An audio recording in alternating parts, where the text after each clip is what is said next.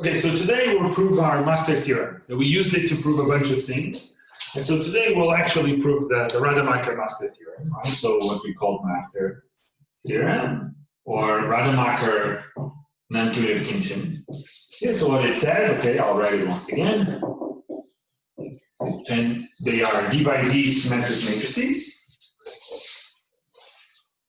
D by D symmetric matrices, deterministic. Right? Epsilon 1 through epsilon n will be Rademacher, right? Meaning they are plus or minus 1 with probability half each. And what we'll prove is the following. We'll prove that the expected value of the Rademacher series will be bounded by, right? There's a factor of, we'll get the exact constants here. So it's 1 plus 2 square root log d half sigma, where sigma square is the variance parameter.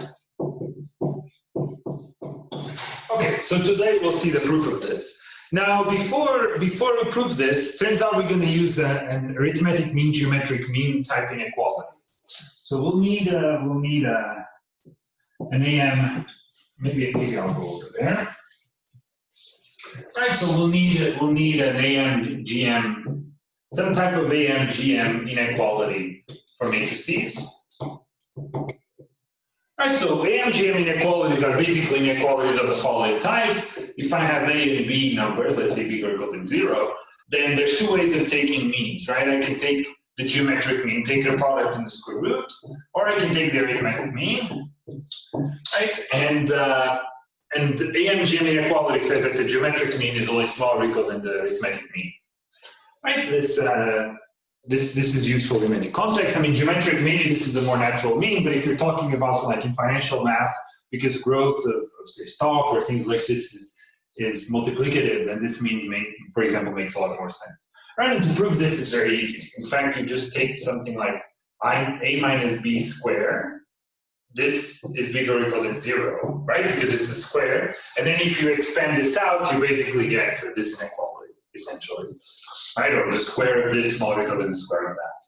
Now, in fact, next week or 2 weeks from now, we'll actually see how there's a proof system based on proving inequalities. This will be very, very important from the algorithmic viewpoint. That's all based on starting with claims like this, that squares are bigger than 0, bigger or equal than 0, and then working out into workable conditions and proofs on bounds of problems and things like this. This is the main idea behind sum of squares. Okay? This is a bit of a digression.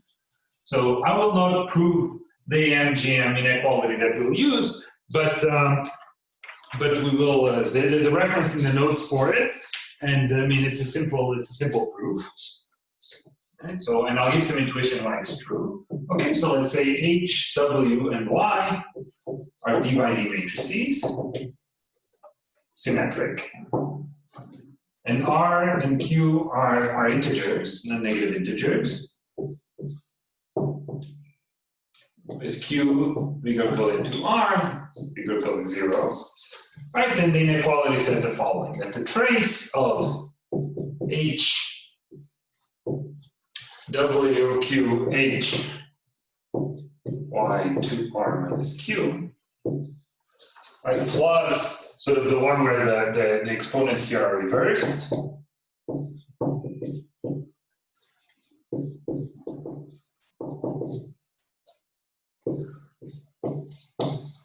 That this is smaller or equal than basically the term in which essentially the H is together, right? The idea being that we have a matrix H that's being multiplied in the middle by something else that might rotate its eigenvectors, right? It might rotate what eigenvectors are doing and might create cancellation. And so if the H is all the way to the side, it should create less cancellations. And so one way to write this in an inequality, and we'll see how this will make an appearance later, is this. Okay, so this is the inequality. Okay, and this is not hard to show, but it's, I mean, there's not much to be gained from showing the proof here. I'll put a reference in the notes. But the nice thing is if we summing over Q, right? So if we sum this over Q, we get something that's going to be quite useful. Right? We'll get the following: the sum from Q from 0 to 2r, the trace of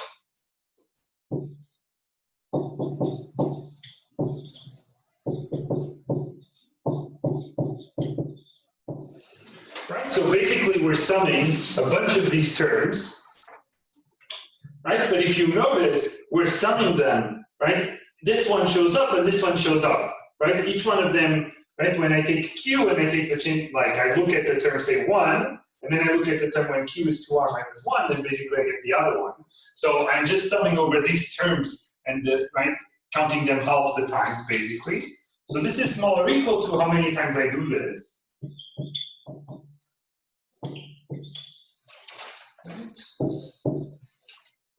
Right, and the half because of the one in the middle. Trace of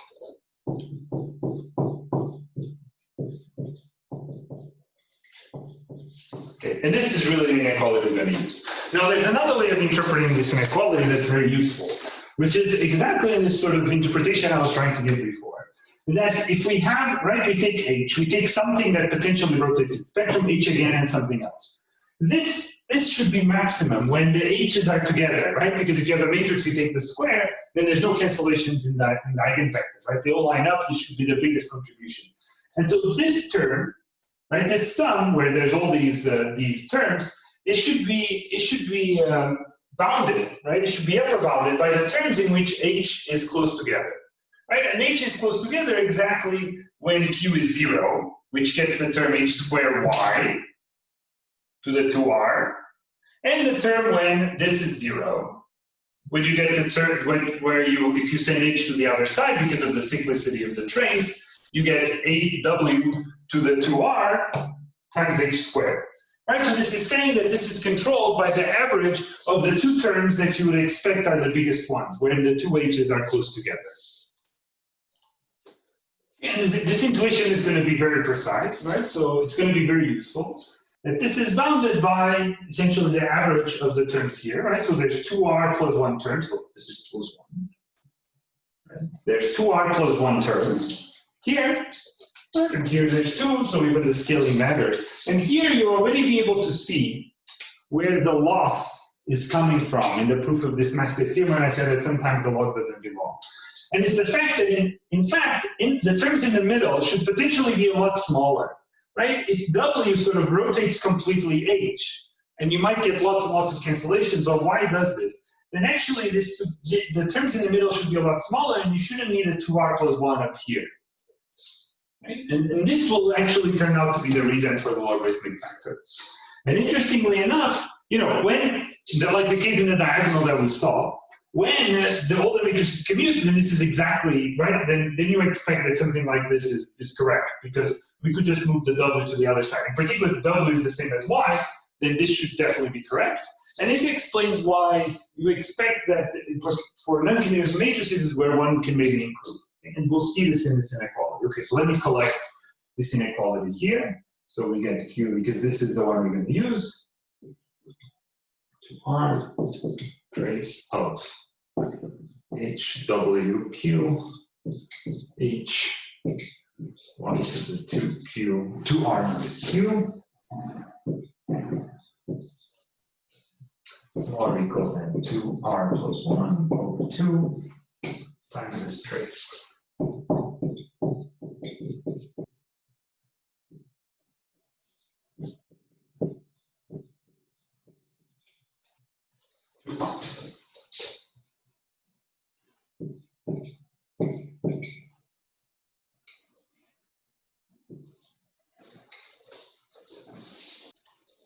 So this is what we're going to use. Now, while I will not give a proof of this, I can say a few words about what is the sort of the analog to this in the, for reals, and I'll write this also in the notes. Essentially, this is the analog of the following inequality. You know that if theta is a number between 0 and 1, that, let me use exactly the same notations I use in the notes.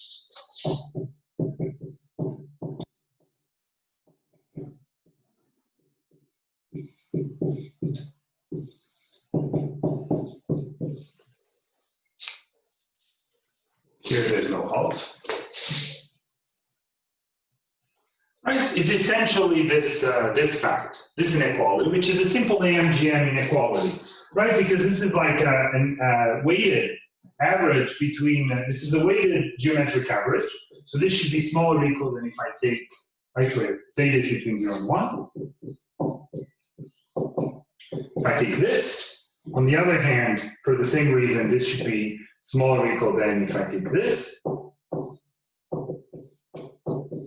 Right, and so if I sum these two terms together, I get mu plus lambda. So essentially what we have, right, if you think of the mu and the lambda being, right, this w and this y, essentially we have something like this inequality is a bit like this one. It's just a matrix generalization of that one.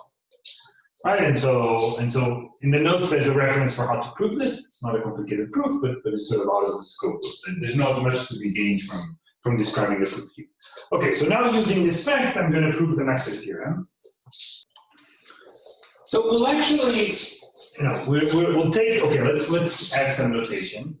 This will be useful so that we don't have to write this all the time. So this will be the matrix we're going to control. We're going to write it x. So we have to control the expected value of the norm of x. Right, but the spectral norm is a bit of a strange thing to control.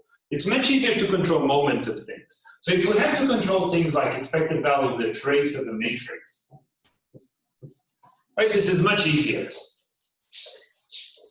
Right, because, this is a moment. We just have to say it's just the expected value, right, of the sum of the eigenvalues, but in particular just the expected value of the sum of the diagonal elements. Now, of course, right, this is the expected value of the sum of the eigenvalues of y. Right, so let's say that y is positive in f, and let's say I take this to a square, to not have cancellations. Particularly, say that I take this to some power 2p. Right, then basically I have these eigenvalues to the power 2p. Right, because they are to the power 2p, then for sure they're all non-negative. And so what I get from here is that for sure, right, I have the sum of a bunch of positive things, so for sure this is bigger or equal than the expected value of the maximum of that. Right, and in particular of the spectral norm of y, to say to the 2p. Right? So if I take, because I have a sum here, this will be bigger than the expected value of the biggest one, for sure. Okay. I mean, I don't even need expected values for now. Let's take away all the expected values. Let's just work, because there's no need to have expected values. Okay, so for sure if I have this trace, this is bigger than the spectral norms. But now there's a loss, right? This is potentially, this can potentially be a lot bigger because we're summing over, we're summing n of them. But it's for sure smaller or equal than, right? There's only n eigenvalues, so it's smaller or equal than n to the spectral norm of y to the 2p. Okay, so we get this inequality that trace of y to the 2p, right? It's easy to see that is, bounded below by the spectral norm of y to the 2p, and bounded above by, we have, right, n times spectral norm of y to the 2p. Okay, so now, right, if we take 1 over 2p of this, right, so let's say that we take expected value. Let's take expected values first. Okay, so we have smaller or equal than n times expected value of this.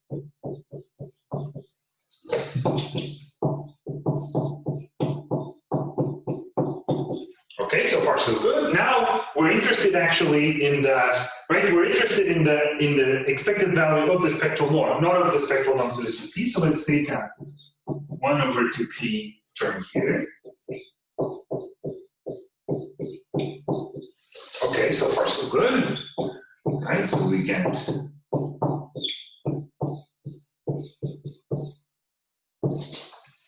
and now this is smaller or equal than n to the 1 over 2p times the exact same term.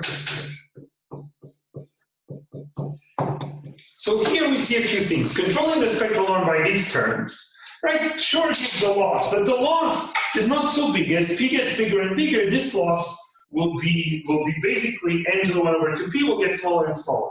And in particular, if you take p so that this becomes a constant, say if you take p to be log n, then you get n to the 1 over log n, which is just exponential of log n over log n, and it's just a constant. So for p being something like log n, this is a constant. Right? This becomes a constant, and the loss becomes constant. This means basically that to control spectral norms, essentially you're controlling moments of order log n. And this is another way of seeing where the logarithmic terms comes from.